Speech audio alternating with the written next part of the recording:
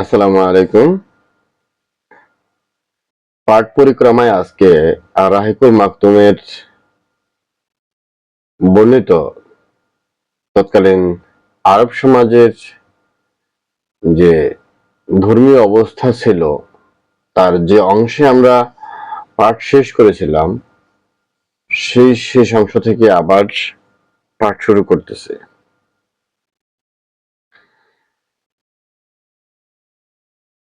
বিসমিল্লাহির রহমানির রহিম। পবিত্র কুরআনে মজিদে সূরা বুরুজে এই ঘটনার উল্লেখ রয়েছে। বিসমিল্লাহির রহমানির রহিম। قتل أصحاب الخدود النار ذات الوقود إذ هم عليها قعود وهم على ما يفعلون بالمؤمنين شهود।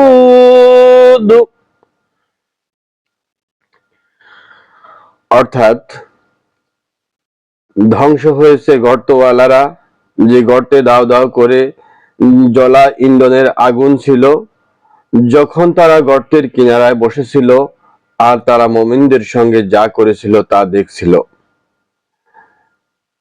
খ্রিস্টীয় মতবাদ সম্পর্কে যতটুকু জানা যায় তা হলো আরবের শহরগুলোতে ওদের আগমনের ব্যাপারটি ঘটছিল হাবশী এবং রুমিদের জবরদখলের পর বিজয়ীদের মাধ্যমে। ইতোপূর্বে আলোচনা করা হয়েছে যে ইয়ামানের উপর হাবশীদের প্রথম অধিকার প্রতিষ্ঠিত হয় 340 খ্রিস্টাব্দে, কিন্তু তাদের এ রাজত্ব বেশি দিন টিকেনি। 370 থেকে 378 খ্রিস্টাব্দ সময়ে তা তাদের হাতছাড়া হয়ে যায়। এই মধ্যবর্তী সময়ে খ্রিস্টান মিশনারিগণ ব্যাপক প্রচারণার কাজ চালাতে থাকে। প্রায় সেই সময়ই এমন এক বুজুর্গ ব্যক্তি নাজরান আগমন করেন, যার প্রার্থনা আল্লাহ তাআলার নিকটে কবুল হতো বলে কথিত আছে। তিনি ছিলেন অত্যন্ত সম্মানিত ও কেরামতওয়ালা। তার নাম ছিল ফাইমিউন।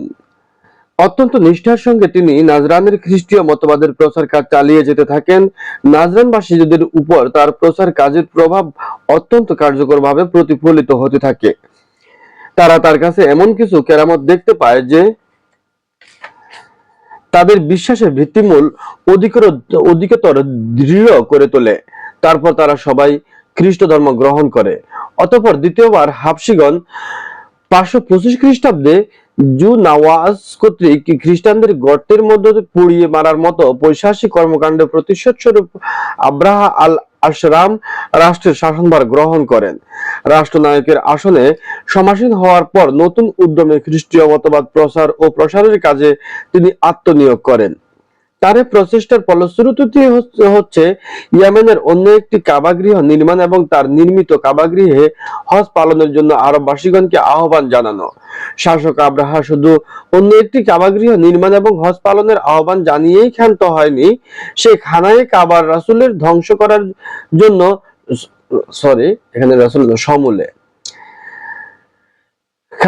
সে খানায়ে কাবার সমূলে ধ্বংস করার জন্য প্রস্তুতি গ্রহণ করে।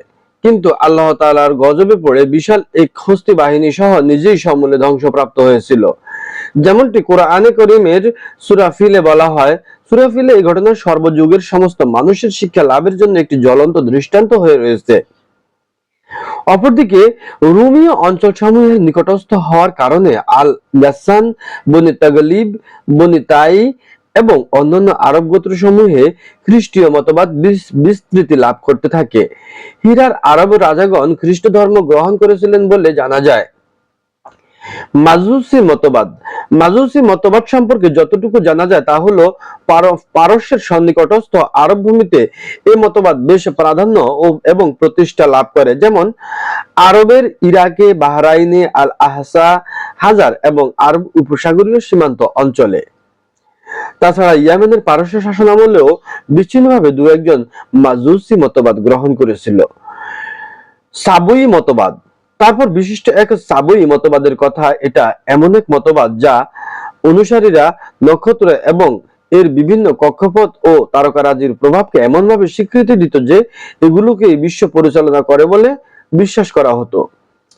ইরাক এবং অন্যান্য দেশের প্রাচীন শহর নগরের ধ্বংসস্তূপ খননের সময় যে সমস্ত দলিল দস্তাবেজ হস্তগত হয়েছে তা থেকে এটা বোঝা যায় তা ইব্রাহিম আলাইহিসসালামের কালদানি সম্প্রদায়ের মতবাদ।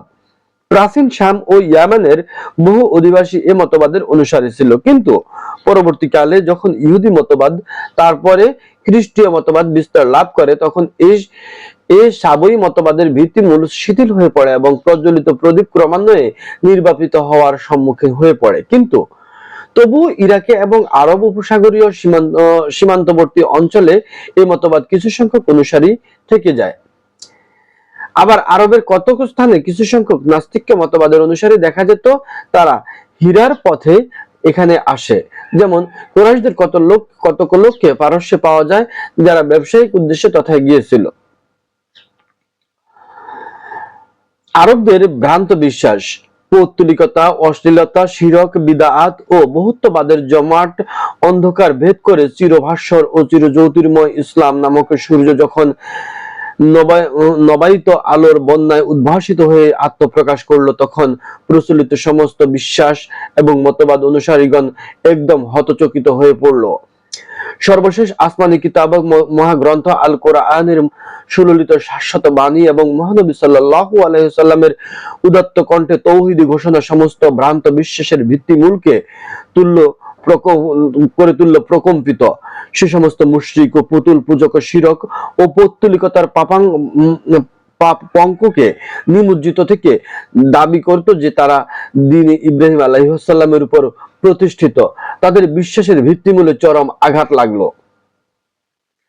হযরত ইব্রাহিম আলাইহিসসালাম প্রবর্তিত সত্য ধর্মের অনুসারী বলে দাবি করলেও প্রকৃতপক্ষে দ্বীন ইব্রাহিম আলাইহিসসালামের কোনো বৈশিষ্ট্যই তাদের চিন্তা চেতনা ও ধ্যান ধারণায় ছিল না। তারা নানা প্রকার অশ্লীলতা ও পাপাচারে লিপ্ত হয়ে পড়ে। মহান আল্লাহ তাআলার অবতীর্ণ বাণীর আলোকে রাসূলুল্লাহ সাল্লাল্লাহু আলাইহি ওয়াসাল্লাম যখন আল্লাহ তাআলার একমাত্র মনোনীত ধর্ম ইসলামের শাশ্বত রূপ ও হযরত ইব্রাহিম আলাইহিসসালামের সালাম প্রবর্তিত দ্বীনের সঙ্গে এবং বিভিন্ন সম্পর্কের প্রসঙ্গটি চোখে আঙ্গুল দিয়ে দেখিয়ে দিলেন, তখন তাদের দ্বীন সম্পর্কিত দাবির অসারতা দিবালোকের ন্যায় সুস্পষ্ট হয়ে ওঠে।